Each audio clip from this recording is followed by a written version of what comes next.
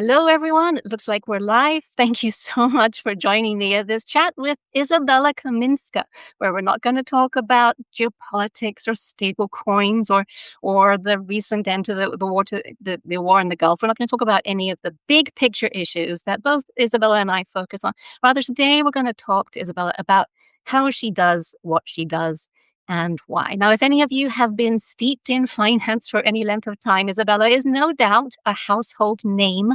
I first came across her work when she was at the Financial Times as editor of Alphaville, the somewhat irreverent blog they had. And she's held many roles since then, but here today, she's going to be talking to us a bit about her background, but also about her current projects, which include not one, but two very compelling newsletters, The Peg and The Blind Spot, as she also writes a regular column at The Telegraph and juggles many other hats besides. So, Izabella, welcome and thank you for being here. Thank you so much for having me, and sorry for, for having a technical sort of problem which delayed me, but I'm here now. One of the great things about Substack Live is that it does simplify a lot of the live streaming stuff, but there are many things that can go wrong still, and there are still some usability issues that hopefully they're working on. I do keep asking them. But again, Izabella, I've given a brief introduction to your background, but I'll let you fill in any gaps, and I'll start with an open question. Did you always want to be a writer? No, actually. I went through many sort of iterations in terms of figuring out what I wanted to be. I originally wanted to be a film director, I believe. I went as far as trying to sign up for the Woodsh Film School, and well, this is a bit off topic, but I was put off it after my mum arranged. She happened to coincidentally have the same accountant as Stanley Kubrick's producer, and as she arranged for me to have a little chat with him to see if what life is like as a film director, and I was petrified talking to him, and then within basically he said don't do it. I don't know if that's because they were filming Eyes Wide Shut at the time, but the advice was very much like it's a hard industry, and then I had to kind of reframe my worldview about what I would be, and I decided really at the end of university that because I'd studied history, and I thought, well, I like being analytical. I like history. I'm really fascinated with how, at the time I was doing ancient history, so I was really fascinated with how ancient economies worked. I was incredibly interested in the story of Diocletian and the debasement of the Roman currency. And I thought to myself, well, actually, journalism is like the history of of tomorrow, so perhaps I should do that. And I signed up at the last minute for a master's in journalism at what was then the London College of Printing, and that's how my journalistic career started on an impulse, basically. But to be fair, I also at some point when I was a kid, I think during the Iraq War, I did like to pretend I was K80, and I used to do videos of myself pretending to report on like the Iraq War. But that's about it. That is so uncanny. I've actually read her book, I think, like twice. Christiane Amanpour was another one. Halagarani, she's also now on Substack. Again, these are also many of my idols when I was growing up too. It's so funny what you say about Stanley Kubrick's advice. I know quite a few people in the cinema industry, and they all give the same advice. Don't do it. Just don't do it. And you wonder, what is it that they all stay in it, but they tell everyone who's got half a brain to not do so. Now, this is I love the phrase that you use. Journalism is like the history of tomorrow, and maybe your history background is what's enabled you to see the bigger picture, whereas everyone else gets so bogged down in the smaller steps. And this is especially relevant in stablecoins, which both you and I focus on. There's so many small steps that everyone's celebrating, but I feel sometimes that you and I are on the sidelines going, well, maybe not quite what you think.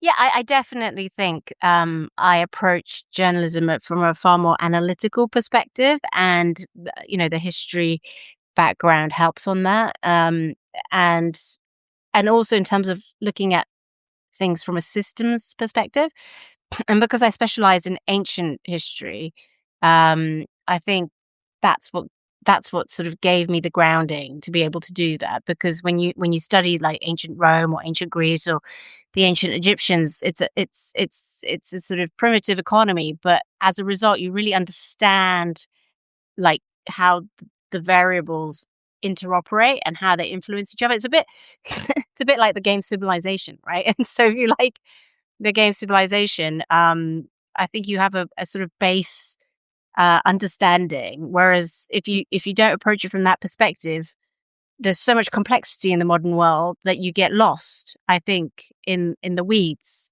Whereas, yeah, if you can just continuously, I always extrapolate. I always have that vision of the civilization game in my head. And you also have it deeply ingrained then, obviously, into how you think about things, the impermanence of it, especially specializing in classics, the impermanence of what at the time may seem like permanent institutions. And fast forward to today, that's pretty much what we're all looking at, the change of things that we really thought were unchangeable. Yes, because if you look at it from a historical point of view, you realize things change all the time. And you're absolutely right. I think there is a sort of myopia in the in modern day coverage, which just assumes that things don't change. That the institutions of today will always be the institutions, of tomorrow. Um, and I also think part of it is an Anglo kind of perspective on the world, that because we've lived through, let's face it, an era that was dominated by Anglo culture on a global scale. Um, and both, well, the US maybe had more variability in its borders, but I think there is the UK perspective, at least. There isn't this sort of migratory element to the same degree as there is in, say, somewhere like Poland, where I'm from, where permanence is not in our DNA because everything was shifting so often. Yeah. That ties into how they teach journalism, and so I want to talk to you about that. But to set the stage for everyone who's joining us, hello everyone, very glad you're here. I'm going to be chatting to Izabella about newslettering, again, not about geopolitics, although obviously that is relevant, about newslettering, basically, about writing, about it's so much harder than people think. They think that because you're a good writer, you just shoot out eloquent essays on the first try. So we'll get into some detail on your production process as well, which will be inspiring, no doubt, to anyone out there watching who also struggles with actually getting stuff onto a blank screen and then getting it, putting it out in the world can be terrifying. We're going to chat for about 30 minutes. If you have any questions, do drop them in. And again, I'll ignore any question that's to do with prices or markets or geopolitics. This is just about Izabella's craft, how she gets done what she gets done. So feel free to throw in anything that you would like her to address regarding the art of newslettering. Now, I did say I wanted to talk to you about how journalism is taught. What do you think you most got from that master's? To be honest, I don't. I mean, it was very eye opening for me because I think I was quite naive when I went to university. I'd lived a fairly sheltered middle class lifestyle here in West London, and I was very sort of unaware of how power works, geopolitics works, how obviously me as K80, I knew that there was stuff going on, but I don't think I was really very aware of things beyond my bubble. And so the thing that I learned most from journalism school was just like awareness of different perspectives on things that I treated as a norm. In fact, it was the first time I even sort of encountered like different views on say like US hegemony or I'll never forget when John Pilger came to address us. That was very interesting. And I think, and we had the most extraordinary speakers come to kind of share their views of the world with us. And I think that the course I did was run by sort of, I would say, kind of maybe left leaning tutors, and professors. So I had not really been exposed to that sort of thinking before. And when you're young, I think you really like what people in authority say. It really has a imprint on your mind. You not so much these days. Like, as you get older, you realize that maybe, people in authority also don't know what they're talking about. But I think at a young age, you're very impressionable. And so when I, hearing something, you know, hearing John Pilger speak, I bought all his books afterwards, and I was like, every page was like, "What, United Fruit Company? Oh my God!" All this sort of Where's stuff. my pitchfork? Give me my pitchfork. But then you see, you kind of like, because of that naivety, I think, it's a process of ongoing education. Because then you kind of fall down the rabbit hole the other way. So then you kind of have to get pulled back. And so my entire career, I think, is being open-minded to different perspectives, but then over time realizing that actually you've got to take every perspective with a pinch of salt. Nobody really has the ultimate sort of book of truth. and there's holes in everyone's, worldview. And I try to maintain an open mind, and I will go through like moments where, certain perspectives really fit my, they just slot in really well in terms of like explaining the world right now. But often that doesn't mean I'm overly committed to them. And I think as a journalist, that, in terms of what I learned from that course, we had like some. First of all, I learned about propaganda. My master's was about. I did a whole investigation into like whether the reporting of the May Day riots, no, May Day like anti-capitalist riots in London, when I was, must have been like 2001. And so my dissertation was about coverage of those riots and whether it was fair and balanced, and whether there was a bias. And I took a very quantitative approach, sort of like going through all the different newspapers, like physical newspapers, and circling certain like emotive language, and doing a sort of analysis in terms of like whether people were having a fair, were giving a fair opportunity to speak. So and that, I think, really influenced me from an early age. Again, I say because the people I learnt from were quite left-leaning and cynical and distrustful of authority themselves. Good for journalists, though. I mean, that's a good way for It is journalists. good. It is good for journalists. So we learned a lot about Habermas. We learned a lot about just generally censorship. I remember doing a lot of stuff about the Falklands and war reporting, and constraints on journalism. And so the real takeaway, I think, for me was this commitment to objectivity, Mm. and a commitment to pursuing truth no matter what. Yeah. And yeah. I forget who it was that said, seek out the company of those that search for the truth, run from those that think they have found it, which, again, very much sums up what you and I do. We're searching for a deeper understanding. And let's face it, you come from a strong depth of, you're one of the leading experts on understanding how financial plumbing works. On the journalism stuff, also, I remember in chatting to Brady Dale in a previous episode of Press Publish, he was making the point that media generally attracts left-leaning people. It's just the nature of the business. And so that's why it tends to have that tone. It also perhaps explains many of the issues with media today. But hopefully we'll have time to get to that. You went from journalism school to, was it Reuters, or did you go to CNBC? I think you fill in the gaps. So actually, it's a very competitive industry. So getting your first job is very difficult unless you've unless you've worked on a school paper, or in a lot of in the FT, or at least among my colleagues, a key pathway was the fact that they'd worked on their university newspaper, for example.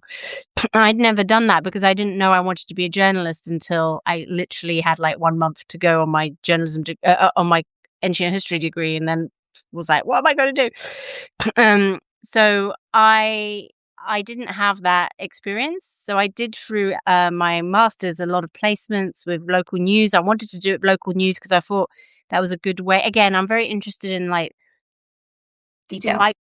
Detail, but I just feel like if you understand how it works on a micro level, then you then understand on a macro level. And I also think as actually, I think a mistake a lot of journalists make these days, because it's so easy to just publish, is that they thrust themselves straight into covering like top-notch politics.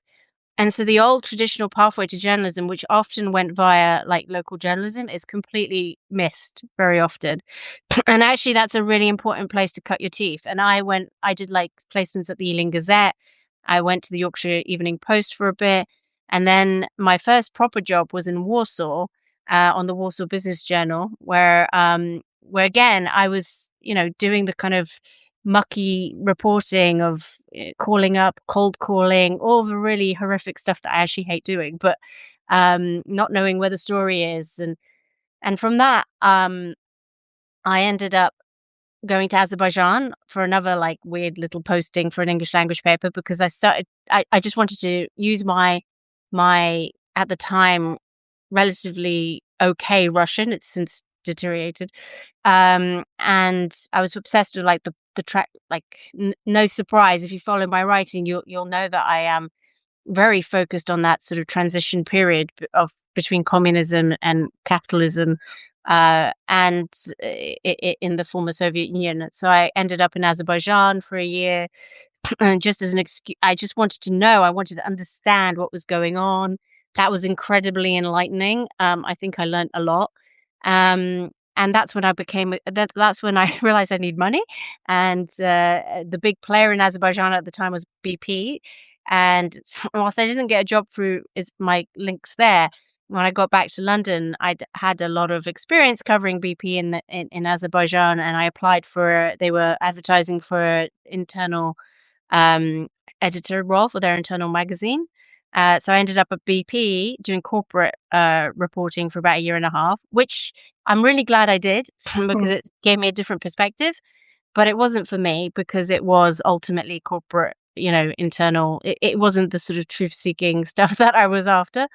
And long story short, from there, I did the Reuters graduate trainee program, which was probably the best program in the world at the time.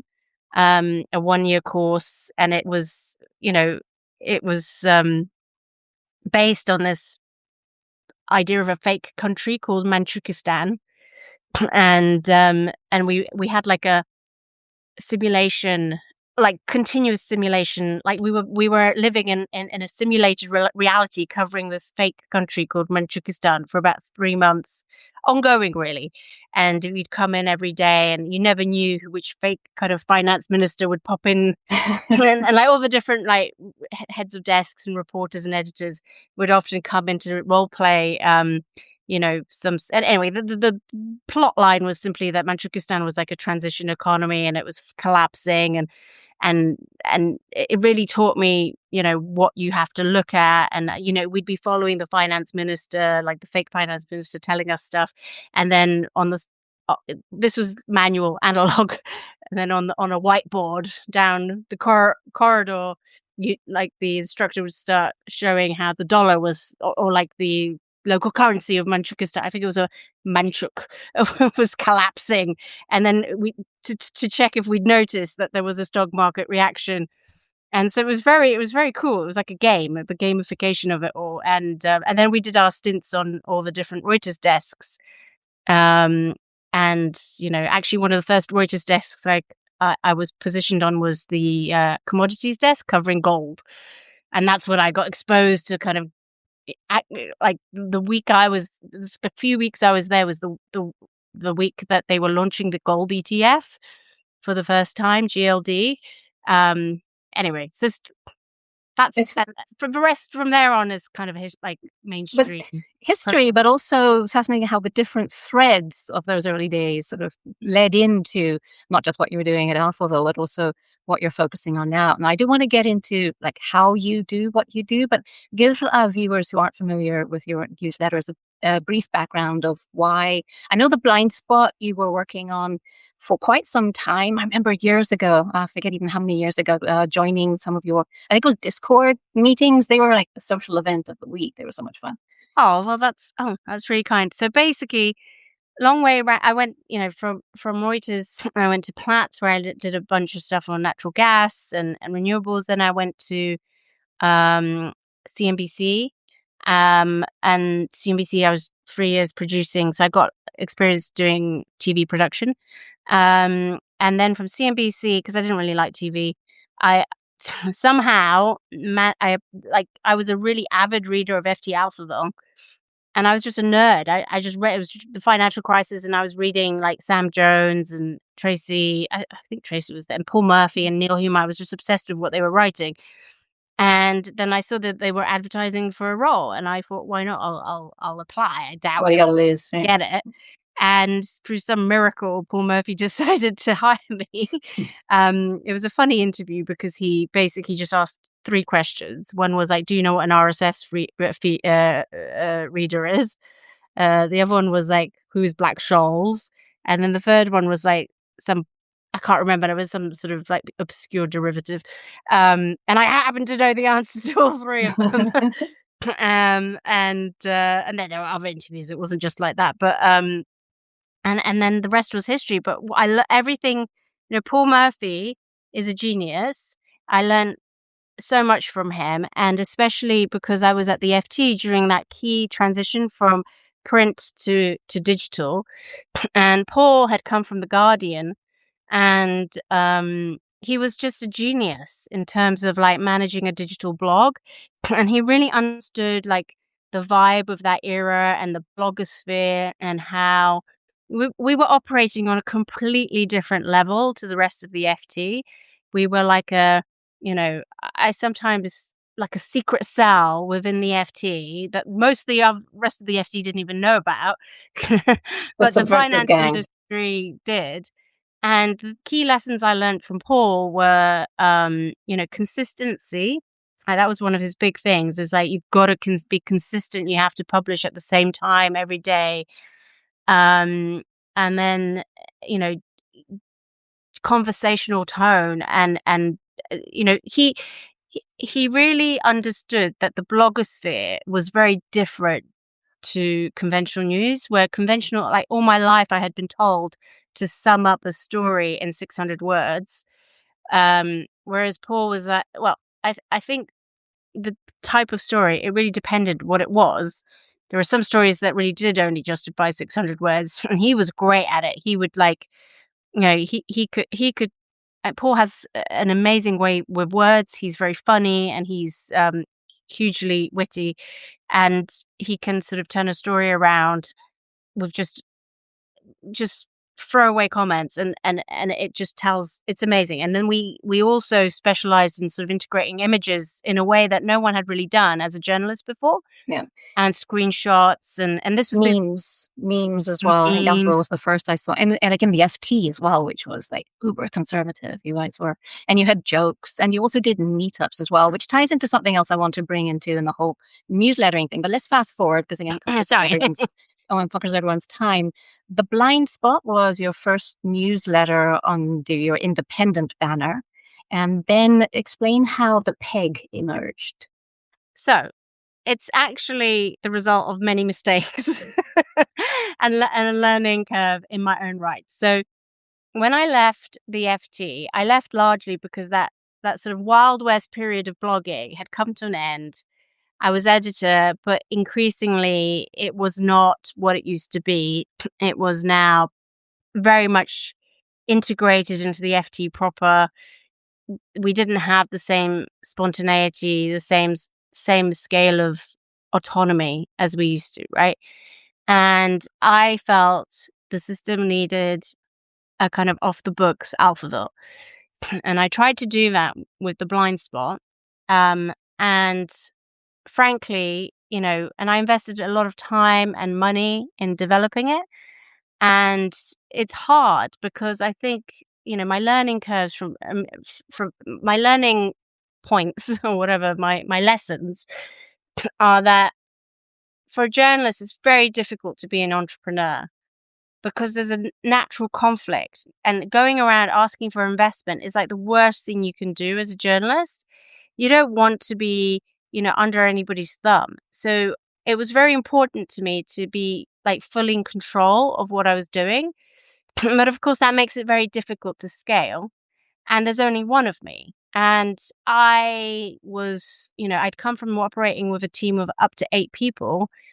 And I was dependent on freelancers. And I think what the big mistake I made early on was that I spread myself too thin. We started too many projects, and we tried to emulate too many of, like, one of the things I wanted to emulate was Markets Live, which had been shut down by the FT. There were a lot of things that that Alphaville used to be able to do, but then compliance told us we can't do them anymore. And I thought, like, the low hanging fruit would be just to replicate those things independently, not least because of, like, the FT would get sued for something, but a small time, like, blog in the corner of the internet won't be. You can get away with a little bit more than you can if you're a big you've got a big balance sheet behind you, right?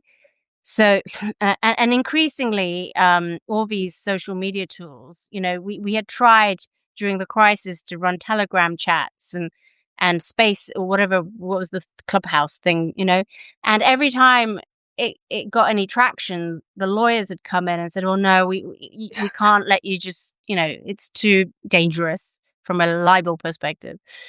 And so I was permanently getting in trouble, like, running these live things. And so that was the impetus for doing so many different things. So I kind of tried to replicate, but I did too many things. And my biggest lesson really was start slow. Don't overpromise and underdeliver. Underpromise and overdeliver. And the other big error I think I made with the blind spot is that I was advised, like, journalism is different to, like, the other big cash cow on Substack, which is financial analysis, right? And in the world of financial analysis, I think you can put a big ticket, number on your subscription package. I think you can tier things, and there's all sorts of optionality that you can get away with. I think journalism is actually very different. And I think now, with so many pundits out there, increasingly, the high ticket, you either go super high end, but then you have like 3 readers, and that's fine, but it's not the spirit of journalism, right? It's not like the journalists, just in their DNA, when they get a scoop or a story, they immediately want to tell everybody. In fact, the problem is, like, containing them and making sure they don't go and tell people on Twitter for free, or X, whatever you want to call it. So I think the mistake I made was, I created 2 tiers, which was a really bad mistake, based on a bad advice, basically. And the idea was that, like, everyday content, like Insights, Alphaville stuff, would be like the low entry tier. And then the higher end stuff, like anything that I do, features, right, like extended, very, highly researched analysis or feature stories, would be the top tip. But of course, that's the wrong way round. The reason it's the wrong way around is it's something if you put all this effort into, like, a mega story and you're really proud of it, the last thing you want to do is just contain it. Yeah, for 3 people. Yeah. For 3 people who are your, like, super fans. I mean, they're great. They get, like, but it's just It's not why you do what you do. Yeah, and I find economics are inverted. So the peg was born out of the fact that also, and I'm sure you appreciate this, and most Substackers will appreciate this, is that once you start taking subscriptions, you kind of lock yourself into these annual commitments. And you don't want to default on your readers because they're your, you really value them, you value their support. And the worst thing you can imagine is not delivering. So unwinding a Substack is really difficult without feeling like you might take a reputational knock. Yeah. So I wanted to get rid of the top tier because I didn't want to do it anymore. I just wanted to kill it. But then I thought it's really difficult to unlock it. So I will spin it out into a dedicated stable coin, something I'm super interested in that I think might have a premium value, with a view to it being ultimately the cash cow for the business. and the stuff that really adds value and that like institutions would be willing to pay for. And then the intent was to like take the blind spot, which is by everything else, kind of what Alphaville used to be, a reach product. Yeah. This Alphaville's great strength was that the FT was paywalled, but Alphaville was not. And so all that sort of crazy stuff was going out and being like advertising for the FT proper. Um, and so that's my plan now, is kind of shifting my subscribers slowly into the peg for like the serious content that's, reflected by contacts in the industry, central banks, etc. And then eventually unwinding the blind spot, making that free, porting those customers that are still there, subscribers, to the peg. And then I will only have one tier and I'll be less stressed. What's been the most stressful part of the peg for you so far? So like having learnt the lessons of the past, I was very, strict about not over promising and under delivering. Um, the only other mistake I've made, well, there's like two big mistakes I've made so far. One is I called it the peg. Well, first of all, I came to market as cash equivalents because I thought that was a clever name. But then I realized it didn't really roll off the tongue. And I decided to this was when I was in stealth. I call it in stealth because I was still working at Politico. And whilst I was allowed to maintain long story short, I took the job in Politico mainly because I needed the money. And during that time, I kind of was allowed to maintain the blind spot. And anyway, I started to spin it out whilst I was still at Politico because I knew my time was coming to an end there. And I named it Cash Equivalents, which I realized was a bad name. And then I tried to rebrand it. I rebranded it the Peg, and it's a famous story because I am naive. I didn't realize it was a sexual innuendo. But I'm now. I didn't know that either, to be honest. I did not know that either. Anyway, now I'm reappropriating the term for finance where it belongs. Yeah. Because it's it might give you more subscribers, on the other hand, right? Well, yes. But I do get chuckles whenever I say I write for the Peg. But like I said, it's all about reappropriating it. But frankly, reclaim the vocabulary. Exactly. So that was the first mistake. I don't know if it's a mistake. I like the term. I like the name of it. I thought it was. I do as well. I think it's a great. And listen, worst case, you end up reclaiming it. And best case, people are going to have a good chuckle, and that's fine. And I think it's a good name. It's good and short. And in the end, it basically does describe stable coins. So now you've got the peg, you've got the blind spot. You also do a column at the Telegraph, if I understand correctly. How do you structure your time? How do you get all that done? I don't. I have ADHD and I'm all over the place. So, look, the issue is that my dream is to make the peg the main, like, I only want to do the peg. That's my dream. And if I could like scale it up to a point that it basically covers my, cost of living, then I would be more than happy to just drop everything else and then do everything else on a sort of incidental basis when if I feel like it or if the money, justifies it. But the reality is that I still need the blind spot because it's the main cash cow at the moment for my business. So until that transition happens, I'm kind of stuck doing two things. And then just as a journalist, I think,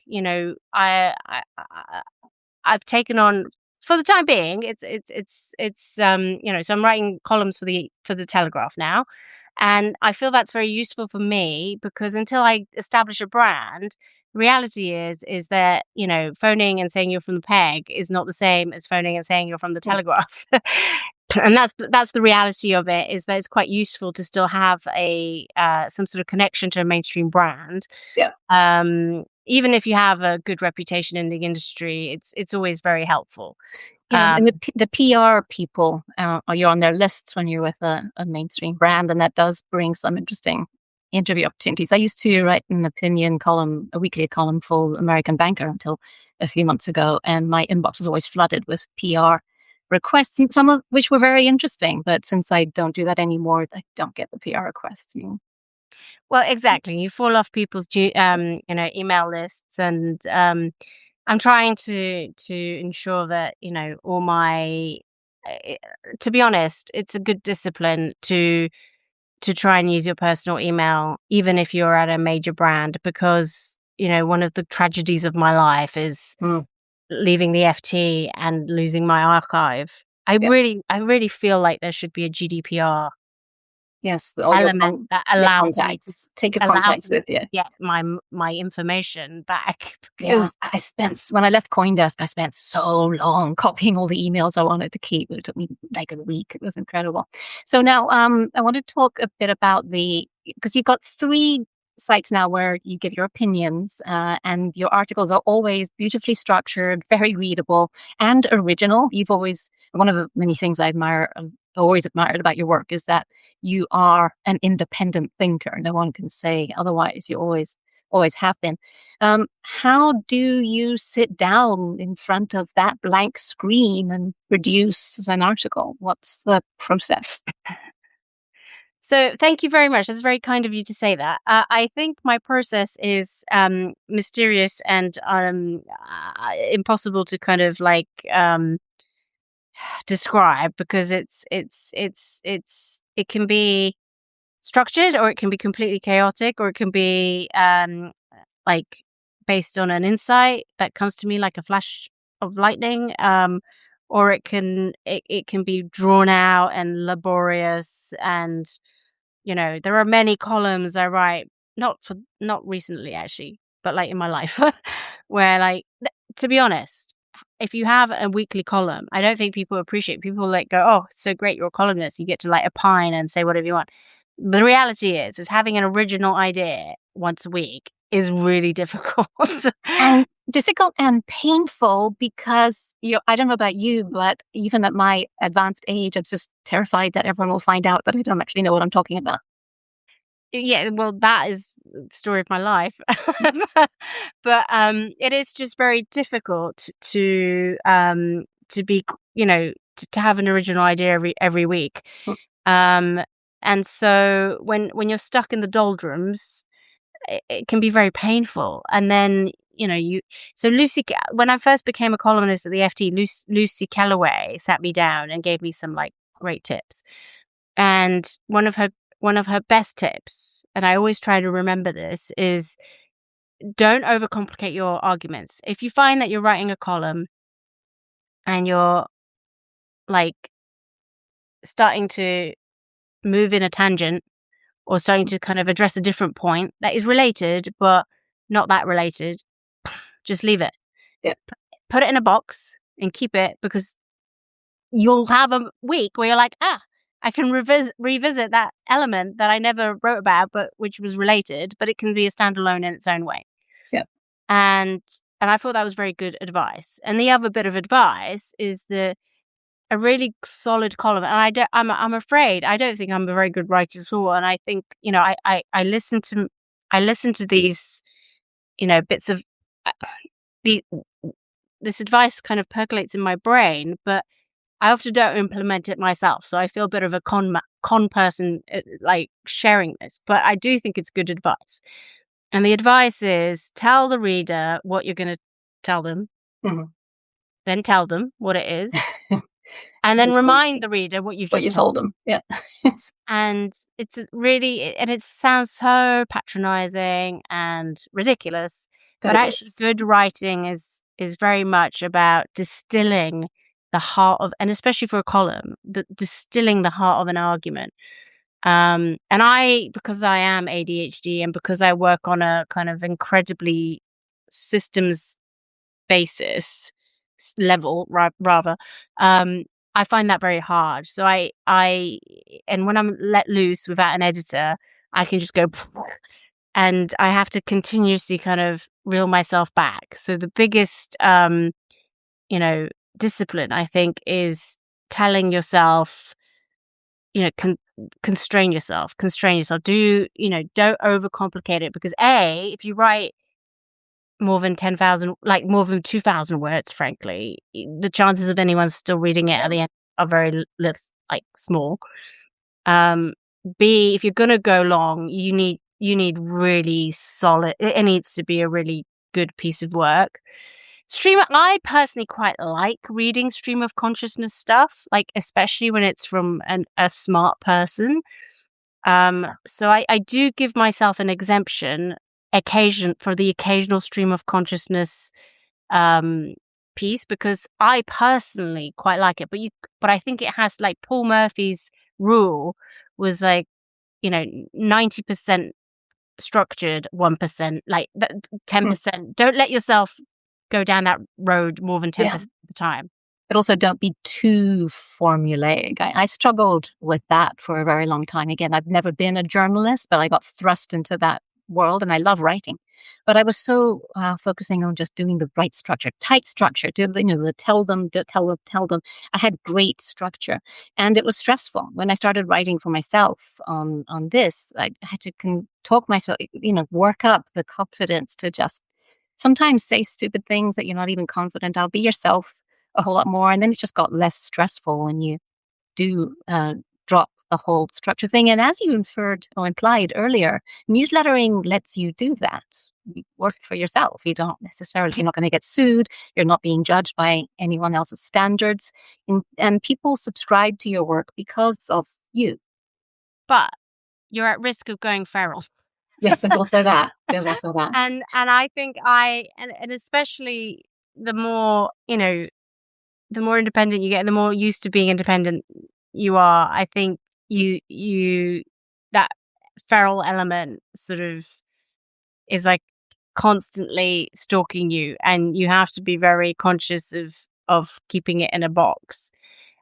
Also, because it's your system, you can iterate it and continuously, I am continuously iterating it, but that's because I've, like I said at the beginning, I specifically underpromised, and I'm still in what I consider stealth. Yeah, the bootstrapping. For as long as I'm on Substack, I am in stealth. So I have rights to do what the the cool kids in the IT world do, which is like iterate and respond to feedback, and put a lot of post-it notes everywhere. Sorry. And then also, we change as people, therefore our writing is going to change. I did a press publish episode with Irina Slav, who writes one of the most readable, informative, entertaining energy blogs. She's excellent, full recommend. And she is very sardonic, very sarcastic, and sometimes just downright angry. And she was telling me that she started her blog because she was just so angry at the stupidity that she was seeing across the energy industry. And indeed, her angriest posts tend to get the largest readership, which I think is interesting. It speaks to people wanting some kind of human connection with us. But then again, it very much depends on the audience that we're writing for. You and I are used to writing for, I wouldn't say finance types, but finance adjacent types, those who are interested in, the changing plumbing of the global economy. And they have different expectations than someone who is actually looking for a good rant. Yes. And I think, to be honest, there are so many rants out there now. You have to have a really good way with words.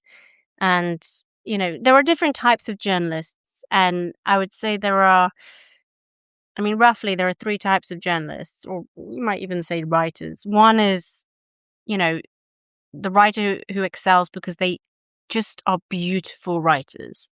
They have a way with words.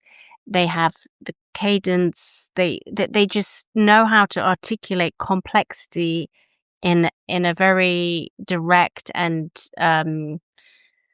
satisfying way, right? And those writers often are not ahead of the curve. They're not scooping stuff. You just read them because it's so enjoyable. And like a good example of that is someone like Matt Levine, who I think has like the #1 newsletter in the financial space. And it's just the way he carries himself. And often, he's not scooping anything. He's just explaining stuff, but it's such a pleasure to read his stuff. He has a strong voice as well, strong personality, which comes through in his voice. And he has a shtick in that, he has a style, and it's very compelling. Everything is securities fraud. Mm-hmm. Yeah, it comes down to, again, tying this all together, having a strong voice, which is not the same thing as knowing who your audience is. Your audience will find you. Well, I think what I was going to say is the other type of journalist is someone who's frankly not that good a writer, maybe struggles with um, expressing themselves, but has very strong ideas, um, and has can be ahead of the curve in terms of whether it's not so much scoopy, but like just being able to tell where where the trend is going. And I would say I'm in that category. And then the third is just like a go-getter, like a scoop driven, like I'll stab you to get this story kind of like I don't care. I'll be on the phones and I don't care. Door knocking on anybody's, even like, recently bereaved people's doors, that sort of mentality. I'm not that person either. So, Yeah, no kidding. No. Yeah. We've gone way over time, and I thank you for sorry. your generosity. And if it's okay with you, I will take advantage of your time for just a few more minutes. One question about the production function, another about media in general. But what does a typical day look like for you? So I'm trying to create some structure. It's very difficult when you have a family and the pressures of having to get kids to school, etc. One of the other reasons I wanted to do my own thing is because I just feel I just find it very difficult these days to be part of a corporate structure and getting to work for 9 in the city. Like those days are over. I'm not interested in those days anymore. I want flexibility. I want to be able to pick up my daughter. I want to be able Quality of to kind life. of, exactly. So in an ideal world, I get up at, 6:30 and I do my sort of aggregation post, which is thanks. I think Rianne's on the in the chat. So thank you to Rianne. I have like this great automated feature that sends me all the links that I've like my wonderful Discord group collects overnight. And to be honest, it's such a great resource because as I'm doing that, I'm obviously it's mostly AI assisted these days, but I always try to quality control it and I purge like crazy links or anything like that. And I've decided that as I'm doing it, I it's the equivalent of what we used to call reading in. So back in the day when I was at Reuters or whatever, it was part of like journalistic discipline that you would spend like half an hour, 45 minutes going through all the papers. And not just one paper, you'd have to like read all the different papers so you knew what was going on. And so I use that as like my disciplinary reading in element. And I try to I've adapted it now where if I have time, if I have something unique to say, I add it, and I'm trying to keep that very limited to like not overwrite it. Just like it's a place I can put a thought in if I feel like it, but not if I don't have a thought, leave it, right? So I do that, and then I go and like take my daughter to school, and then I come back, and I start. Usually, I've got interviews, blah de blah. Ideal world, I would then do my daily peg, but the daily peg has become a sort of. I have to change the name for the daily peg because, frankly, it's the incidental peg or the occasional peg or the when I can manage it in time peg. The But aspirational daily pig. aspirational peg. But that's another aggregation. And again, I do the aggregation because the aggregation actually helps me learn about what's going on. And then I dedicate the rest of my time to, original content, which is, whether it's an analysis, whether it's an interview, whether it's like based on a scoop or something that I've got some access to somebody, a report, whatever takes my fancy. So that's pretty much how my day works out.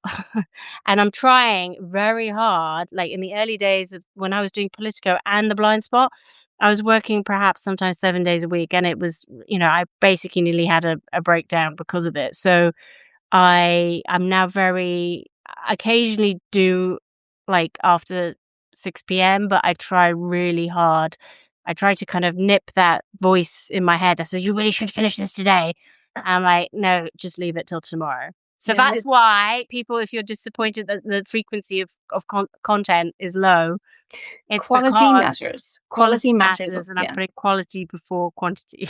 Quality matters a lot more. And what a lot of people don't appreciate is that writing is exhausting. I don't know about you, but when I hit publish at around 3 p.m. Spanish time, I'm exhausted because I've been writing since like 9.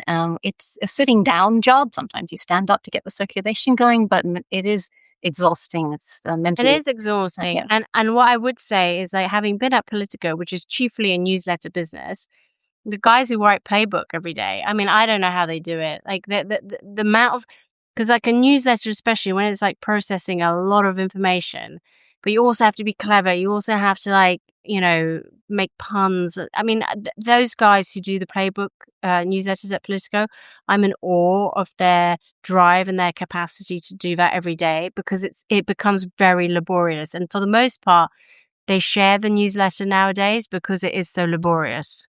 Yeah, that would, again, you got to have some redundancy built in. And it's good that you got so many outlets at the moment, because in a way that is diversification for your audience, but also gives you some flexibility. You're not grinding away on the same stone every single day. Now, I know that we do need to start thinking about winding up. I want to ask you briefly about media, and everyone, do please stick around, because Isabella and I have an announcement to share at the end of this, which will be in a couple of minutes. But briefly, you got traditional media experience under your belt. You've got a lot of newslettering experience under your belt. Where's media going? I I mean, I posted today a piece from Noah Smith where he was like, do I add value anymore? I have that for every day. I really feel like there's just so much information out there, so many talking heads, and so many people offering their 2 cents on stuff. It's like, the competition is just off the scale. I've never experienced it to be. I mean, it's never been like this in my life, and I do sometimes wonder, like, what's the point? And part of me wants to just start a news cafe and serve coffee and just be a kind of hub for, like, face to face interact. I almost think the Habermas old school model is probably more useful. And I was recently away for a collective type event where, rather than having panels, it was just like they bring together some newsmaking people or interesting people plus their members, and they go on a retreat, and you don't sit on panels or have any structured conversations in that sense. You just spend time with the, like, 20 people or whatever it is. And I think that's a really interesting way to Yeah, share information these days. less pressure. Less pressure.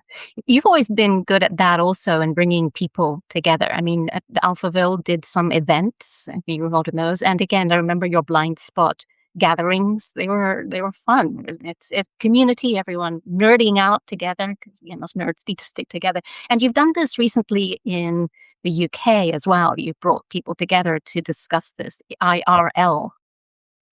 Yeah, well, yes. I mean, I love IRL.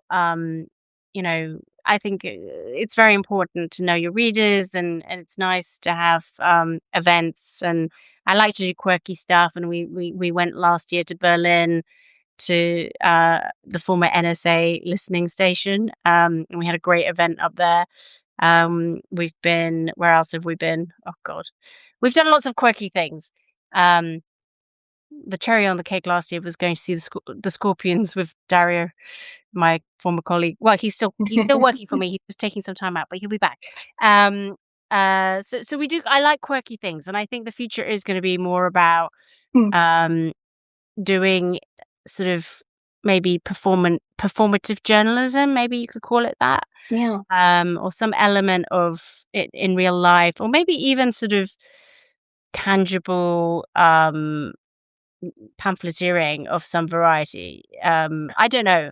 I don't know what the future is. It's incredibly vague and scary in some And ways. exciting, though, also exciting. And the intersection that you're exploring, which is a lot of print information, but also the personal factor, maybe that is where media is going. You're right. Newsletters, as Substack well knows, very competitive. There's so much stuff out there, and so much of it is great, but we just don't have time to read everything. We haven't got budget to subscribe to everything we want to subscribe to. But if there's the experience, we know that we're in the experience economy.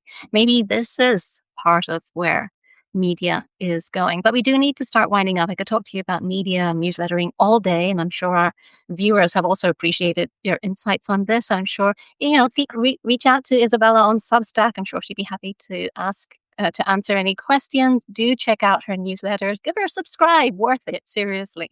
Do that. But now we do have an announcement, and I'll let Izabella introduce our idea. So you see, I had this horrendous cold last week, and someone has I don't know who Pitchfork Papers is, but it's obviously someone who witnessed my cold in face to face, and it has finally disappeared. That's why my productivity was low. But yes, our announcement. Sorry, so we're going to do hopefully some sort of podcast thing. I keep thinking about doing a podcast, but I've held back because I feel like everybody has a podcast, and do I really add any value? But Noelle is, such an authority. I can't imagine doing it by myself, and she got in touch, so we're going to give it a go. And we're going to start next Tuesday, right? Yeah, with a scoop as well, something that only Izabella is going to have access to. We're not going to give any more information on what it is, but it's going to be stablecoin related, and it's going to be pretty deep, nerdy, but also big picture. And the reason I'm excited about this is, just like Izabella, I've been thinking about doing a podcast for ages, but again, everyone's doing a podcast, and I'm so tired of the sameness of so many of them. There are some brilliant ones out there, but again, so much of it is kind of samey, and doing a podcast on your own is a heavy lift, and it's not like Izabella and I aren't really busy as it is. So the fact that we're going to join forces and talk about an intersection that we're both following closely, which is the impact of stable coins and tokenized markets on the global financial landscape, feeding off into geopolitics, a whole lot of different things. We're both coming at it from different angles. Izabella is one of the world's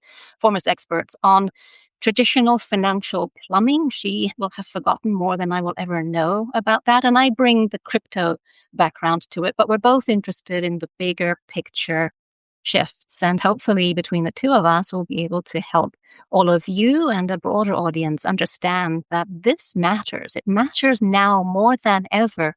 And while it's exhausting, while it's scary, while there are ups and downs emotionally, we're privileged to have a front row seat to what is arguably the biggest transformation of finance in our generation. What Noelle said, basically. Anyway, we haven't fully decided what it's going to be called yet. We'll be reaching out to all of you for some input into this, but we will be starting low-key Substack Live. Again, this is a pilot. We're going to do it for a few weeks, see how it goes. And if you all like it, and if we are having fun doing it while learning in the process, then we'll continue and we'll iterate along the way. As Izabella said, iteration is a luxury that we have because we work for ourselves now.